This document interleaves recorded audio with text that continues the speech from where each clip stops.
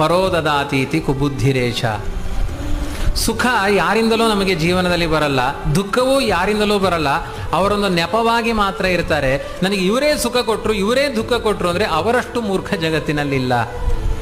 ನಮ್ಮ ಕರ್ಮದ ಗತಿಗನುಗುಣವಾಗಿ ಸುಖ ದುಃಖಗಳು ಒದಗಿ ಬರುತ್ತೆ. ಅದನ್ನು ಸ್ವೀಕಾರ ಮಾಡೋದ್ರಲ್ಲೂ ನಮ್ಮ ಯೋಗ್ಯತೆ ಇರುತ್ತೆ. ಕೆಲವರಿಗೆ ಸೊಳ್ಳೆ ಇಲ್ಲಿ ಬಂದರೆ ಸಾಕು ಬ್ಯಾಟ್ ತೊಗೊಂಡು ಹೊಡಿಬೇಕು ಅನಿಸುತ್ತೆ. ಕೆಲವರಿಗೆ ಕಚ್ಚಿ ರಕ್ತ ಕುಡಿತಾ ಇದ್ರು ಸುಮ್ಮನೆ ಕೂತಿರ್ತಾರೆ.